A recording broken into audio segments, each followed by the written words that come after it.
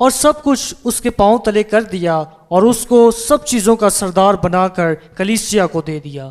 آمین. شروع سے لے کے ابھی تک ہم نے جتنا کچھ سیکھا ہے، اب ہم اس کے اختتام کی طرف جا رہے ہیں. اب ہم اس کا گڈ پارٹ، بینیفٹ دیکھ رہے ہیں. ہم اس کا کیا دیکھ رہے ہیں؟ جو حاصل ہے وہ دیکھ رہے ہیں. اچھا حاصل جو ہے وہ دیکھ رہے ہیں. اور وہ کیا ہے؟ اور سب کچھ اس کے پاؤں تلے کر دیا اور اس کو سب چیزوں کا سردار بنا کر کلیسیا کو دے دیا. یسوع جو مسیح ہے، ساری قدرت، کامل قدرت کا کیا ہے؟ قدرت رکھنے والا ہے، اور اب وہ ہمارے پاس ہے. ایمانویل.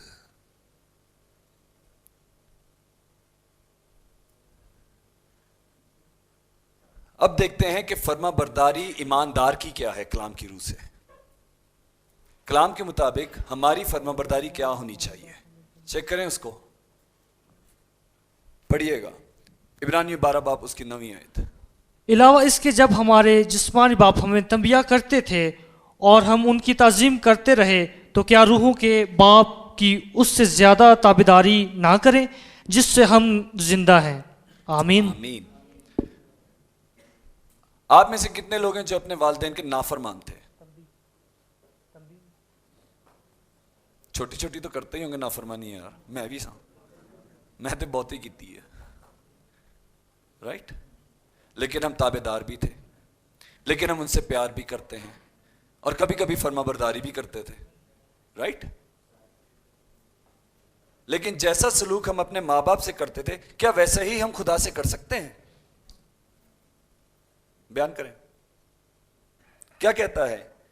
علاوہ اس کے جب ہمارے جسمانی باپ ہمیں تنبیہ کرتے تھے اور ہم ان کی تعظیم کرتے رہے تو کیا روحوں کے باپ. کس کے باپ؟ جسموں کے باپ لکھا ہے یہاں پہ. میں جو جسم میں یہاں کھڑا ہوں میرا باپ ہے، وہ روح جو مجھ میں ہے وہ اس کا باپ ہے. اسی لیے زیادہ تابع داری کرنے کی ضرورت ہے.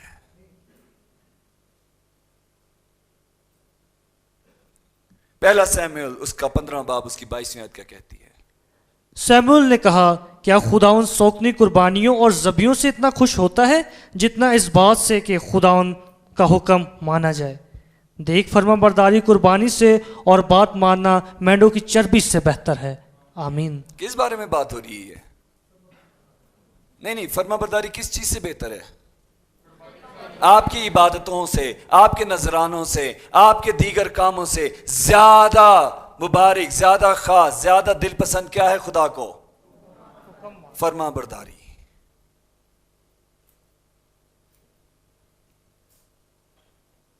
کامل فرما برداری ہوگی تبھی ہم خدا کو اپنی عبادت سے خوش کر سکتے ہیں.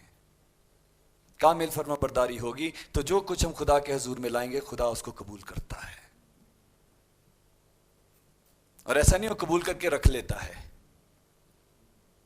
وہ اس کا پھل لوٹاتا ہے اور ملٹی پلائی کر کے لوٹاتا ہے، ڈیوائیڈ نہیں کرتا. وہ فرما برداری بہت لازمی ہے. ایماندار کی زندگی میں کیا چیز ضروری ہے؟ فرما برداری. اگلی آیت پڑھیے گا. پہلا سیموئیل عبرانیوں 11:8. ایمان ہی کے سبب سے ابراہیم جب بلایا گیا تو حکم مان کر اس جگہ چلا گیا جس سے میراث میں لینے والا تھا، اور اگرچہ جانتا تھا کہ میں کہاں جاتا ہوں تو بھی روانہ ہو گیا. آمین. جی جانتا نہ تھا. ابراہم، خدا کہتا ہے کہ اٹھ اور چل. وہ اپنا سامان اٹھاتا ہے اور چل پڑتا ہے. جانا کہیں نہیں پتا. ہم کہتے ہیں جی خدا سے جب ہدایت ہوگی تب جائیں گے.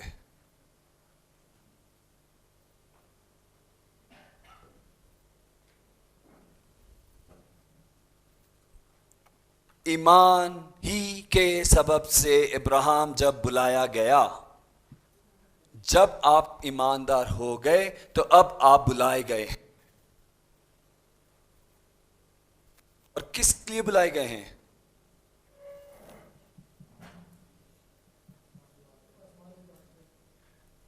کیا کریں اس کو؟ آسمانی بادشاہی کو.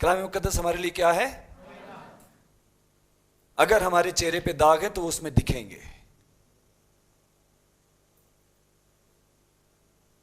فیئر اینڈ لولی ہے یہ.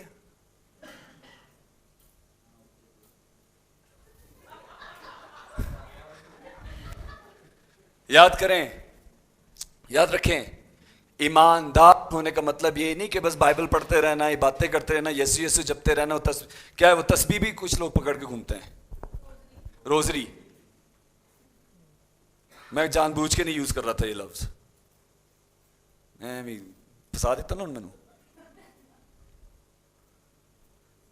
ایماندار ہونے کا مقصد قطعی یہ نہیں ہے,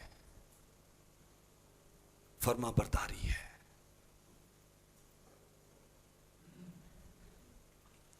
کیا لکھا ہے آگے؟ ختم ہو گئی آیت؟ شکر ہے. اگلی آیت پڑھ. اس لیے کہ جو نیت اس خدمت سے ثابت ہوئی اس کے سبب سے وہ خدا کی تمجید کرتے ہیں کہ تم مسیح کی خوشخبری کا اقرار کر کے اس پر تابعداری سے عمل کرتے ہو اور ان کی اور سب لوگوں کی مدد کرنے میں سخاوت کرتے ہو. آمین. ایماندار جو فرما بردار ہے, جو تابعدار ہے, وہ کیا کر رہا ہے؟ یہاں پہ اس آیت کے اندر کیا لکھا ہے جی؟ تابعداری سے عمل کرتے ہو اور ان کی اور سب لوگوں کی مدد, یہ لکھا ہے نا, کرنے میں سخاوت کرتے ہو. ہم جب لوگوں کی راشن سے, کپڑے سے اور دیگر چیزوں سے مدد کرتے ہیں, میں یہ نہیں کہہ رہا وہ غلط ہے, وہ بھی کرنا واجب ہے, وہ بھی ٹھیک ہے, لیکن اس سے بھی زیادہ ضروری ایک کام ہے جو ہم نہیں کر رہے. کیونکہ یہ جو ہم ان کی مدد کر رہے ہیں یہ آج ہوگی, کل نہیں ہوگی. 2 بار 3 بار 4 بار کر کے جب ہم تھک جائیں گے تو ہم ہاتھ جوڑیں گے, پائیے سانو معاف کر, ساڈے کول نہیں ہوندا بس.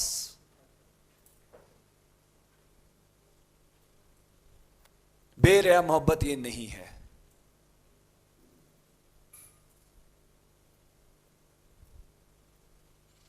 ایماندار کے لیے سب سے زیادہ ضروری کیا ہے جناب؟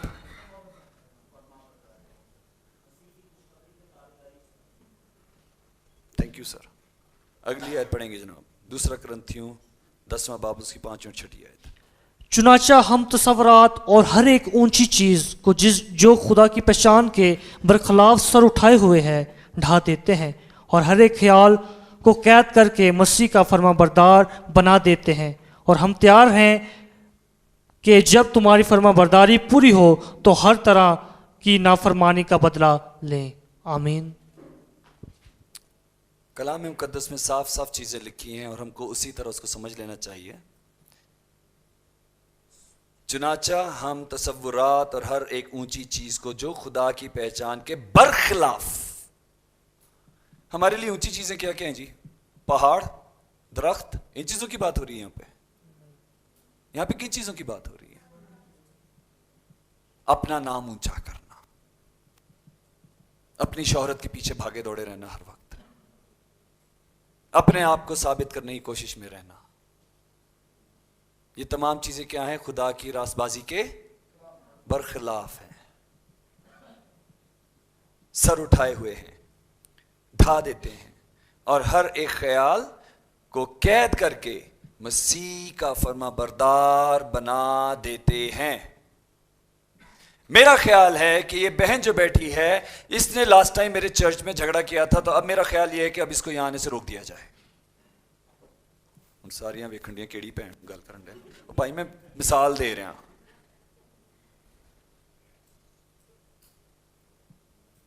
لکھا ہے اپنے خیال کو کیا کرتے ہیں؟ وہ خیال غلط ہے جو اس بہن کے خلاف میں نے بنایا یا آیا مجھ میں. لکھا ہے اپنے خیالوں کو کیا کرتے ہیں؟ قید کر لیتے ہیں اور مسیح کا فرما بردار بنا دیتے ہیں. اور مسیح کا فرما بردار کا مطلب کیا ہے؟ اس بہن کی مدد کرنی ہے, اس سے محبت کرنی ہے, اس سے بے لوث محبت کرنی ہے, اس کو دوبارہ اٹھا کھڑا کرنا ہے تاکہ وہ ہمارے ساتھ کندھے سے کندھا ملا کے خدا کا کام پورا کرے.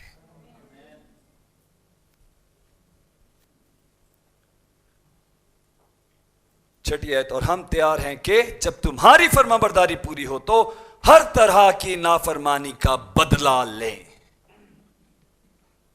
اگلی آیت پڑھیے گا. بس خدا کے تابع ہو جاؤ اور ابلیس کا مقابلہ کرو تو وہ تم سے بھاگ جائے گا. آمین. ابلیس تو ساڑی جان ہی نہیں چھوڑتا.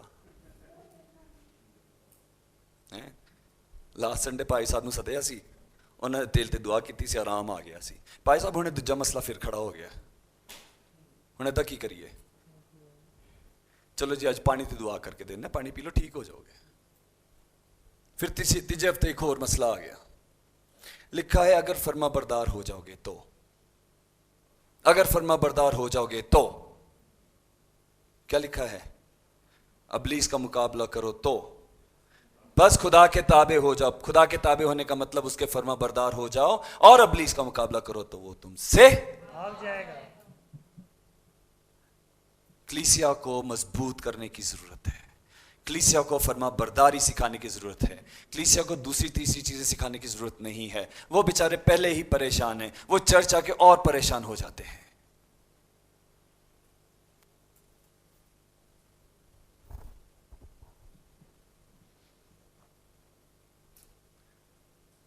فلپین 2:12.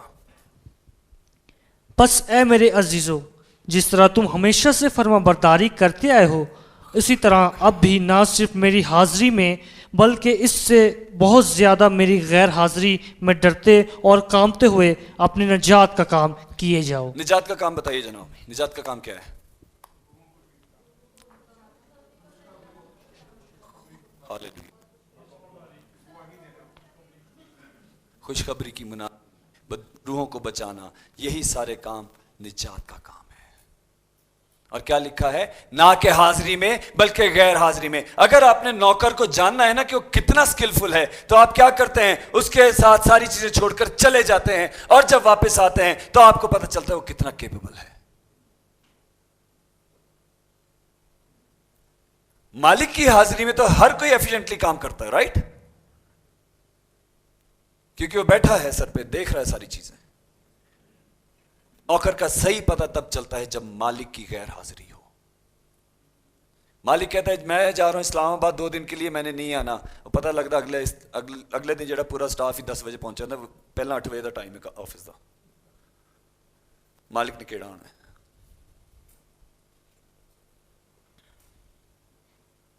غیر حاضری میں نوکر کا پتہ چلتا ہے, فرما برداری تب پتہ چلتی ہے. اور ہم مسیحی, ہماری کلیسیوں کے لوگ, میری خاص آپ لوگوں سے التماس ہے, انہیں سکھائیں کہ جس ادارے میں جہاں جہاں وہ کام کرتے ہیں اپنی فرما برداری کا 100% ثبوت دیں. اس سسٹم کا حصہ نہ بنے, بائبل کے سسٹم کا حصہ بنے.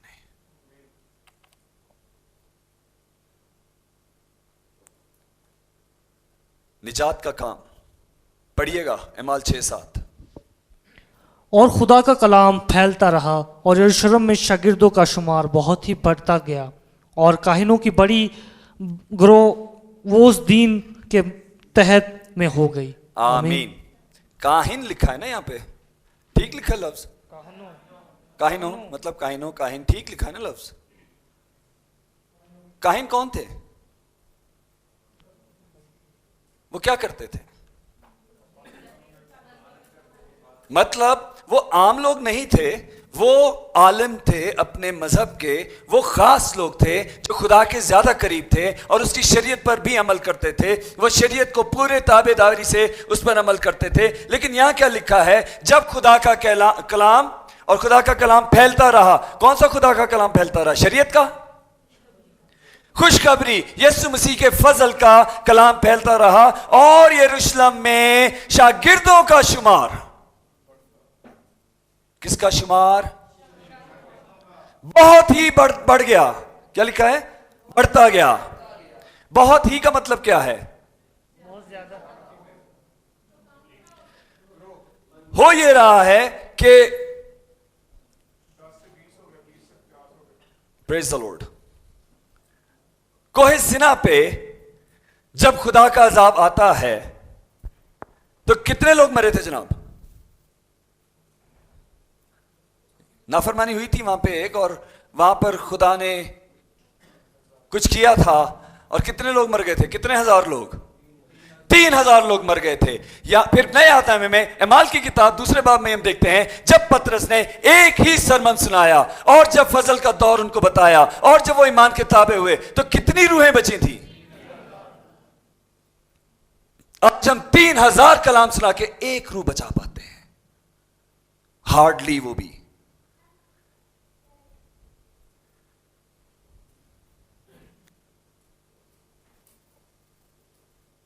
فرما برداری لازم ہے. اور کاہنوں کی بڑی گروہ، آپ صرف عام لوگوں کو ہی نہیں، جو عالم فاضل لوگ ہوں گے آپ ان کو بھی اپنے ساتھ شامل کر لیں گے. وہ بھی منادی کا کام آپ کے ساتھ کریں گے اور وہ آپ کی مدد کے لیے ہوگا. آپ خود اندازہ کریں، اگر غیر قوموں کے جو مولانا حضرات، میرا خیال ہے کچھ ہیں کنورٹ ہمارے پاس، رائٹ؟ بہت ہیں پاکستان میں. اگر ہم ان کو ذرا اور قوت تقویت اور بہت اور زیادہ صحت سے کلام کے بارے میں سکھا دیں تو کیا وہ ہم سے زیادہ بہتر نہیں کام کر سکتے اپنے قوم میں جس سے وہ آئے ہیں؟ لیکن وہ جب ہمارے پاس آتے ہیں تو وہ جب اگر یہاں جاتے ہیں تو یہاں پہ ایک اور کہانی ہے، یہاں پہ دوسری کہانی ہے، یہاں پہ تیسری کہانی ہے، اور 3 عورتیں 3 کہانیاں.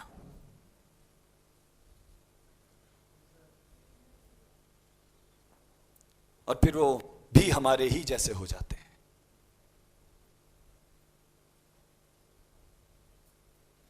یاد رکھیے، ایماندار کا کام کیا ہے؟ اس کی زندگی کیسی ہونی چاہیے؟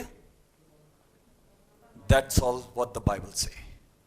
کلام مقدس اس سے زیادہ آپ سے کچھ نہیں چاہتی. تابع داری، فرما برداری.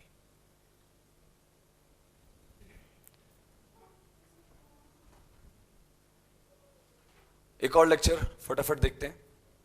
جن کو پانی پینا ہے وہ جا کر پانی پی کر آ سکتے ہیں. اگر آپ کو ایزی ہونا آپ جا کر آ سکتے ہیں، لیکن لیکچر کنٹینیو رہے گا. اب میں نہیں رکا ہوں کیونکہ 8:30 بجے ہم کھانے کا بریک کریں گے. 8:30 کا ٹائم ہے بھائی؟ کتنے بجے کا ٹائم ہے؟ 8:30. جن کو 8 بجے کھانا کھانا ہے وہ پہنچ جائیں گے. تو پھر میں عمران بھائی کو کہوں گا ذرا محنت کر کے ہیلپ کر دے. ٹھیک ہے؟ آئیے اگلے لیکچر کی طرف بڑھتے ہیں. ہم شروع سے دیکھتے آ رہے ہیں جی، روح پاک، روح جسم کر رہے ہیں، رائٹ؟ اگلا لیکچر کیا ہے ہمارا؟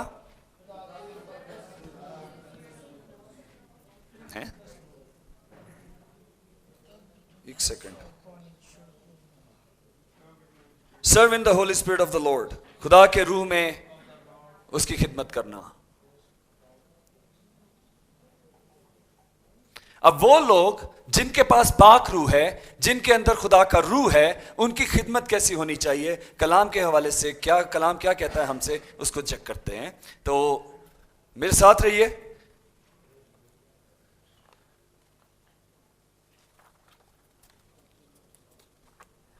اگلا حوالہ پڑھیے گا، حزقیل 36 باب اس کی 25 سے 28 آیت دیکھیے. تب تم پر صاف پانی چھڑکوں گا اور تم پاک صاف ہوگے، اور میں تم کو تمہاری تمام گندگی سے اور تمہارے سب بتوں سے پاک کروں گا، اور میں تم کو نیا دل بخشوں گا اور نئی روح تمہارے باطن میں ڈالوں گا، اور تمہارے جسم میں سنگین دل کو نکال ڈالوں گا، اور گوشتن دل تم کو عنایت کروں گا. گوشتین. اور میں اپنی روح تمہارے باطن میں ڈالوں گا اور تم سے اپنے آئین کی پیروی کراؤں گا، اور تم میرے احکام پر عمل کرو گے اور ان کو بجا لاؤ گے، اور تم اس ملک میں جو میں نے تمہارے باپ دادا کو دیا سکونت کرو گے، اور تم میرے لوگ ہوگے اور میں تمہارا خدا ہوں گا. آمین. اگر آپ خدا کو اپنا خدا بنانا چاہتے ہیں، اگر آپ اس کی قوم کہلانا چاہتے ہیں، اس کے فرزند ہونا چاہتے ہیں، تو دیکھیے کہ یہاں پہ کیا کہتا ہے. پہلے تو نیا دل بخشے گا وہ ہمیں، اور کیا لکھا ہے؟ نئی روح. کیا لکھا ہے؟ نئی روح تمہارے باطن میں ڈالوں گا، اور میں تمہارے جسم میں سنگین دل کو نکال ڈالوں گا، اور گوشتین دل تم کو عنایت کروں گا. اب جو کام ہے آگے دیکھیے. اور میں اپنی روح تمہارے باطن میں ڈالوں گا اور تم سے اپنے آئین کی. روح کا کام کیا ہے جی؟ خدا کے آئین کی تابع داری کرانا. وہ کیا کہتا ہے؟ میں تمہارے لیے ایک مددگار بھیجوں گا.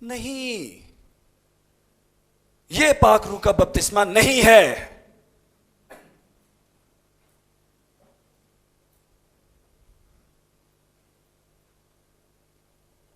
اقرار کرنا پاک روح کا بپتسمہ ہے۔ یسوع کا مسیح ہونا ماننا پاک روح کا کام ہے، یہ منوانا پاک روح کا کام ہے۔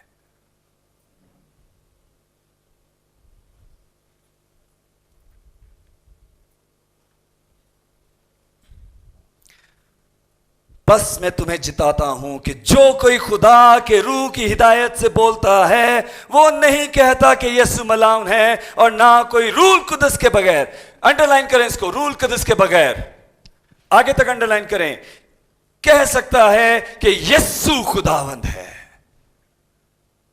اگر پاک روح آپ سے نہیں کہلوائے گا تو آپ نہیں کہہ سکتے، کیونکہ ہماری کلیسیا کو پتہ ہی نہیں ہے کہ ان کے پاس پاک روح ہے، اس لیے وہ روح کی ہدایت سے نہیں چلتے۔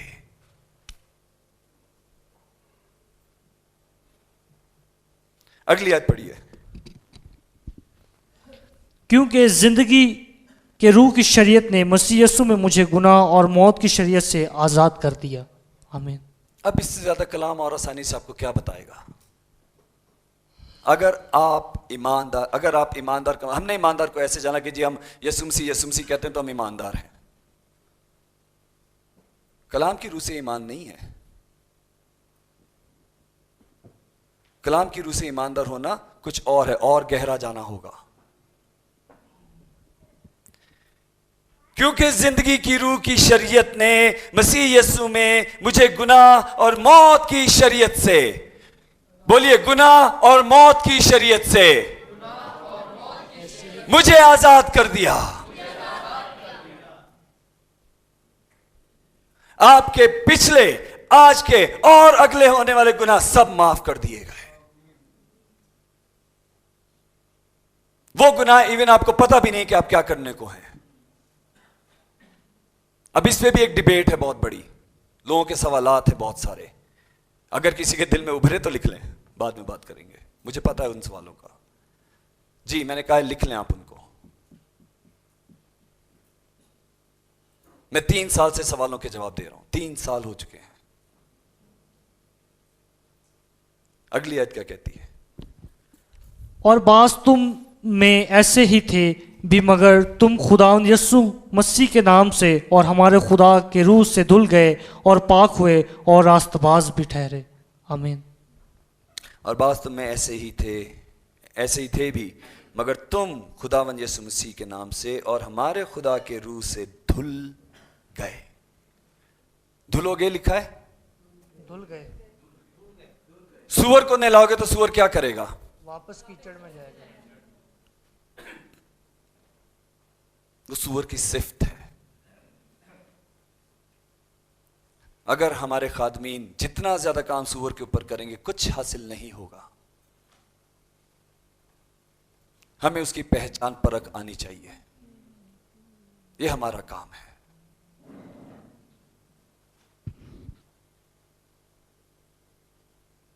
اور اگر ہمارا کوئی، ہمیں لگتا ہے کہ ہم نے کسی روح کو بچایا اور اگر وہ واپس گندگی میں لوٹ رہی ہے تو ہمیں پہلے کوشش کرنی ہے اس کو بچائیں، اگر تب بھی نہیں بچتی تو ہمیں اس سے دستبردار ہونا چاہیے۔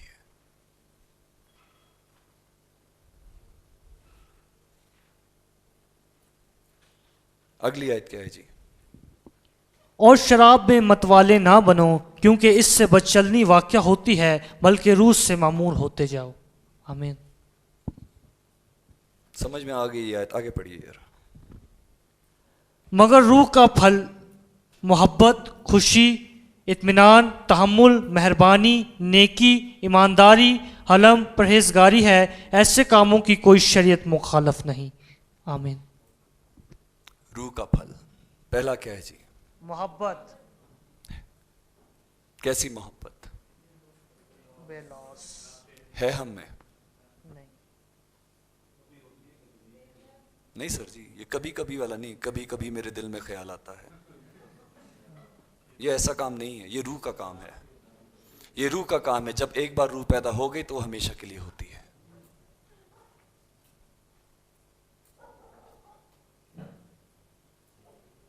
جب ہمیں پہلے ہی پھل کے بارے میں یا پہلا ہی پھل میں ہم میں جڑ نہیں پکڑ رہا تو باقی پھل کیسے لگیں گے جس میں اور زیادہ قوت لگتی ہے؟ کیا ہے اگلا پھل؟ کیا کہتا ہے جی؟ خوشی. کیا ہماری خوشی اب بھی خوشی ہے؟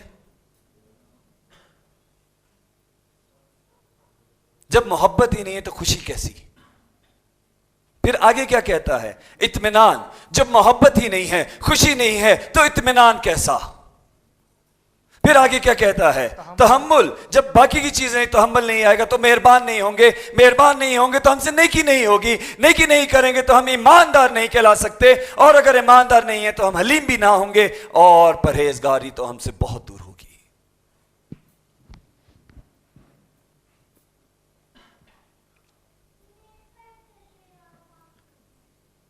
افسیوں 2 باب اس کی 22 دیکھیے گا.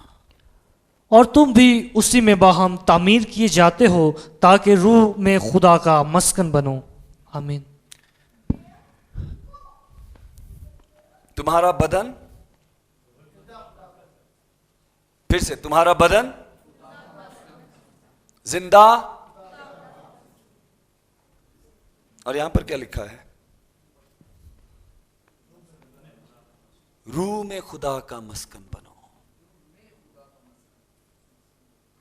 بدن کے اندر کیا ہے؟ اس میں خدا کا مسکن بننا ہے. ہم لوگ بیبی شاور میں لگے ہوئے ہیں.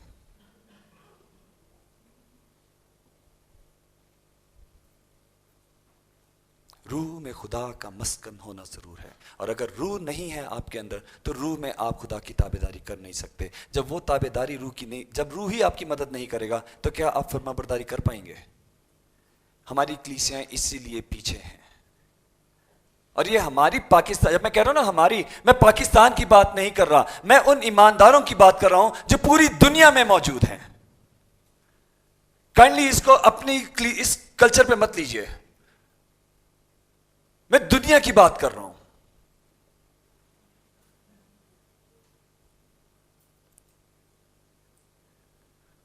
Holi Spirit, follow the Holy Spirit. Holy Spirit کے پیچھے جانا کیا ہے؟ ذرا اب یہ دیکھتے ہیں کلام کے اندر کہ پاک روح کے تابع ہونا کیا ہے، اس کے پیچھے جانا کیا ہے، اس کی پیروی کرنا کیا ہے.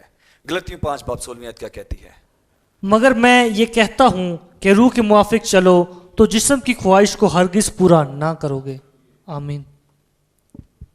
سمجھانے کی ضرورت ہے؟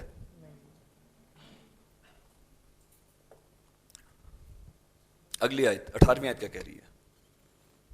اور اگر تم روح کی ہدایت سے چلتے ہو تو شریعت کے ماتحت نہیں رہے. آمین. فیصلہ آپ کا ہے. شریعت جسموں کی ہے کیونکہ وہ ڈیمانڈ کرتی ہے تو مجھے راست بازی دے تو میں مانوں گا تو راست باز ہے. روح فضل سے آتی ہے اور فضل سپلائی کرتا ہے کہ میری راست بازی لے لے اور تو راست باز ہو جائے گا.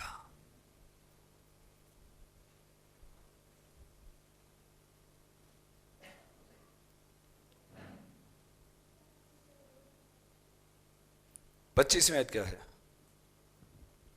اگر ہم روح کے سبب سے زندہ ہیں تو روح کے موافق چلنا بھی چاہیے. آمین. روح کے موافق چلنا کیا ہے جی؟ ہاللیلویا. اتنی سی دیر چاہیے تھی ہمیں سمجھنے کے لیے.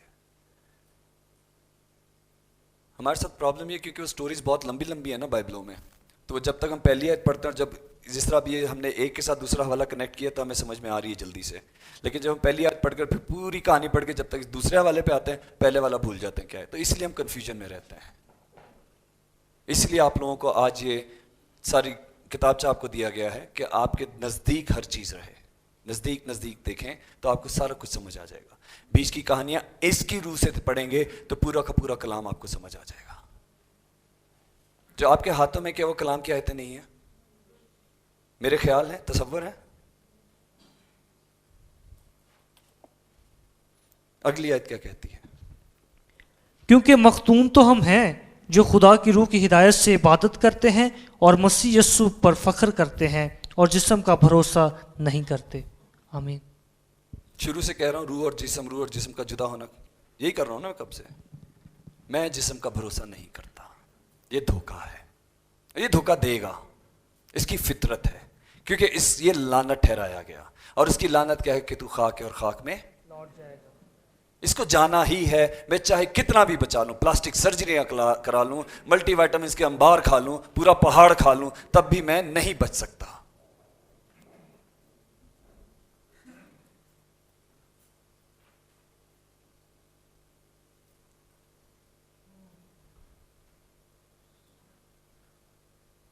آگے کیا لکھا ہے جی؟ تیسرا ہمارا جو پیٹرن ہے, وہ سب ٹائٹل وہ کیا ہے؟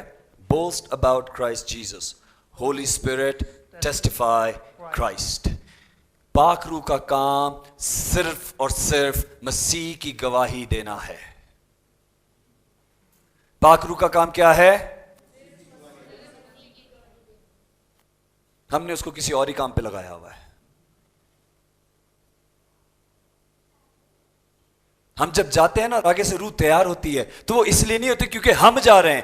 پاک روح نے پہلے سے ہی گواہی کے لیے تیار کیا ہے.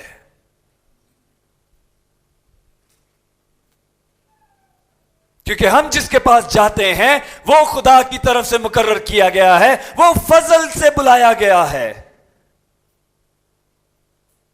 مجھے یاد ہے ہمارے بھائی جو لاسٹ ٹائم گئے تھے کہاں, کوئٹہ کے کہاں, جہاں پہ خواجہ سرا ان کو راہ میں ملتا, بھائی بیٹھے ہیں یہاں موجود ہیں, 2-3 بھائی ہیں, تو ان کے ساتھ وہ کیا, خواجہ سرا ایسے ہی ان کے پاس آ گئے اور ان کی بات سننا شروع ہو گیا تھا.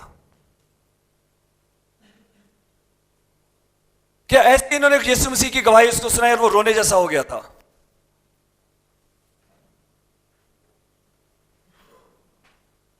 نہیں, اس میں ہمارا کچھ بھی نہیں تھا.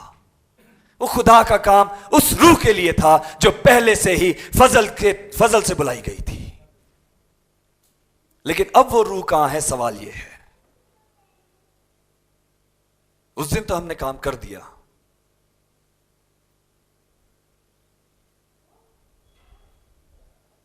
کیا اب وہ روح مسیح میں قائم ہے؟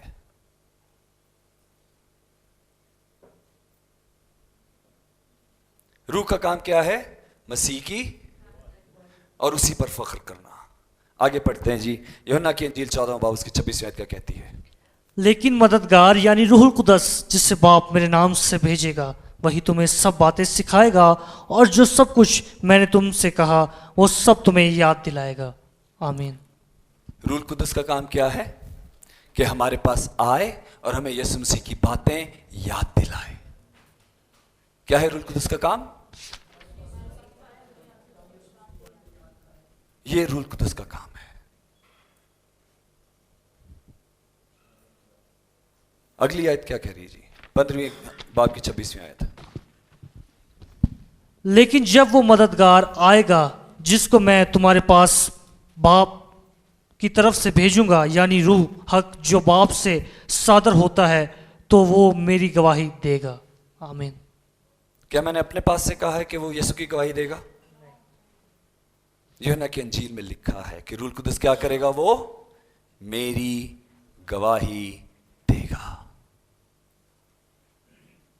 اگلی آیت پڑھیے, یوحنا 16:13. لیکن جب وہ یعنی روح حق آئے گا تو تم کو تمام سچائی کی راہ دکھائے گا, اس لیے وہ اپنی طرف سے نہ کہے گا, لیکن جو کچھ سنے گا وہی کہے گا, اور تمہیں آئندہ کی خبریں دے گا. آمین. آئندہ کی خبر کیا ہے ہمارے لیے, یا کیا ہیں خبریں ہمارے لیے آئندہ کی؟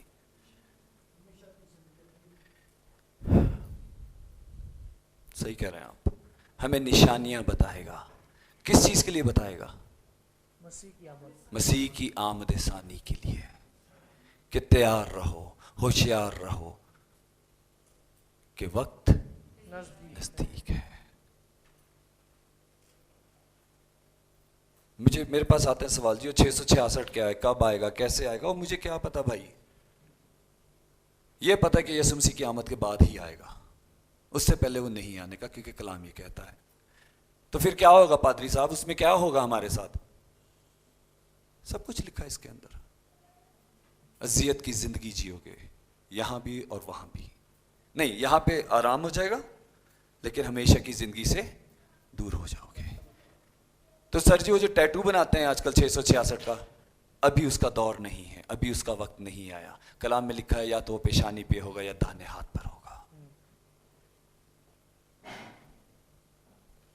اور وہ جب آئے گا، وہ جو لوگ اس کا انتظار کر رہے ہیں وہ ان کے لیے ہے، وہ ہمارے لیے نہیں، کیونکہ اس کے آنے سے پہلے آمد ثانی کا وقت ہے اور میں یسوع مسیح کے ساتھ یہاں سے جا چکا ہوں گا. مجھے کیا واسطہ ان چیزوں سے؟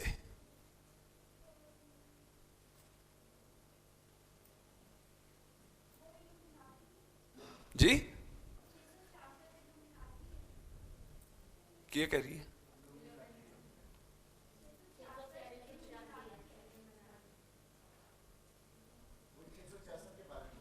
تھوڑی دیر میں بات کرتے بیٹی، یہاں آواز نہیں پہنچ رہی آپ کی.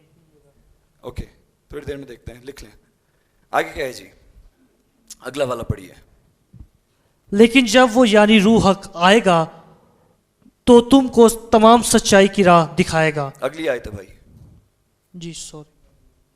لیکن جب روح القدس تم پر نازل ہوگا تو تم قوت پاؤ گے، اور یروشلم اور تمام یہودیہ اور سامریہ میں بلکہ زمین کی انتہا تک میرے گواہ ہوگے. یہ روح القدس کا کام ہے.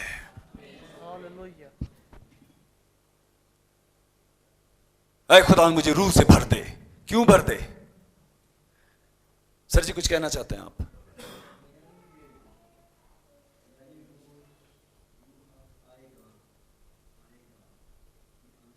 نہیں سر، نہیں سر، آ چکا ہے.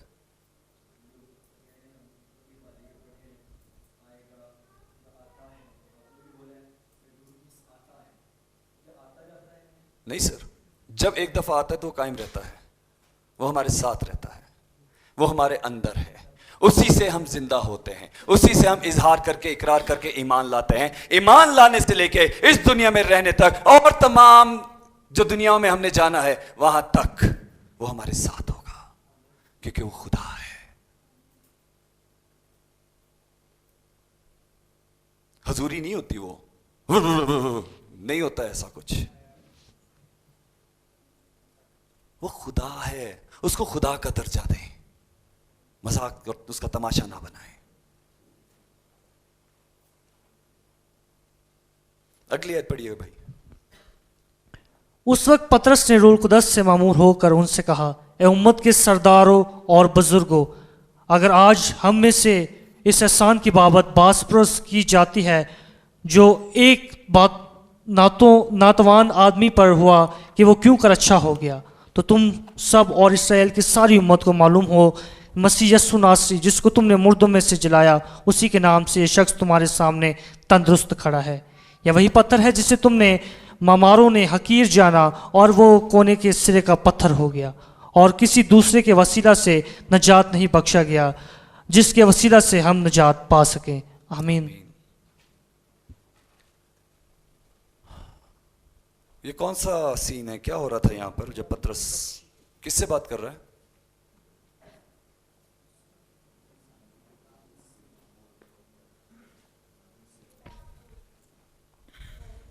آٹھواں باب اور اس کی 12ویں آیت ہے، چوتھے باب کی 8ویں سے 12ویں آیت ہے. اس وقت پطرس نے روح القدس سے معمور ہو کر ان سے کہا، اے امت کے سرداروں اور بزرگوں، اگر آج ہم سے اس احسان کی بابت باز پرس کی جاتی ہے جو ایک ناتوان آدمی پر ہوا کہ وہ کیوں کر اچھا ہو گیا. یعنی کہ پطرس نے کوئی معجزہ کیا ہوگا یہاں پہ، رائٹ؟ کسی کی بھلائی کی ہوگی، رائٹ؟ اور اس بھلائی کے بدلے اس سے سوال جواب کیے جا رہے ہیں.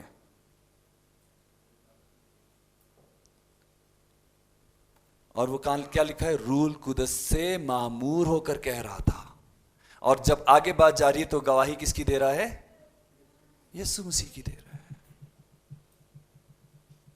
اگلی آیت پڑھیے گا ذرا، 5 باب کی 32ویں آیت. اور ہم ان باتوں کی گواہ ہیں، اور روح القدس اس سے بھی جسے خدا نے انہیں بخشا ہے جو اس کا حکم مانتے ہیں. آمین.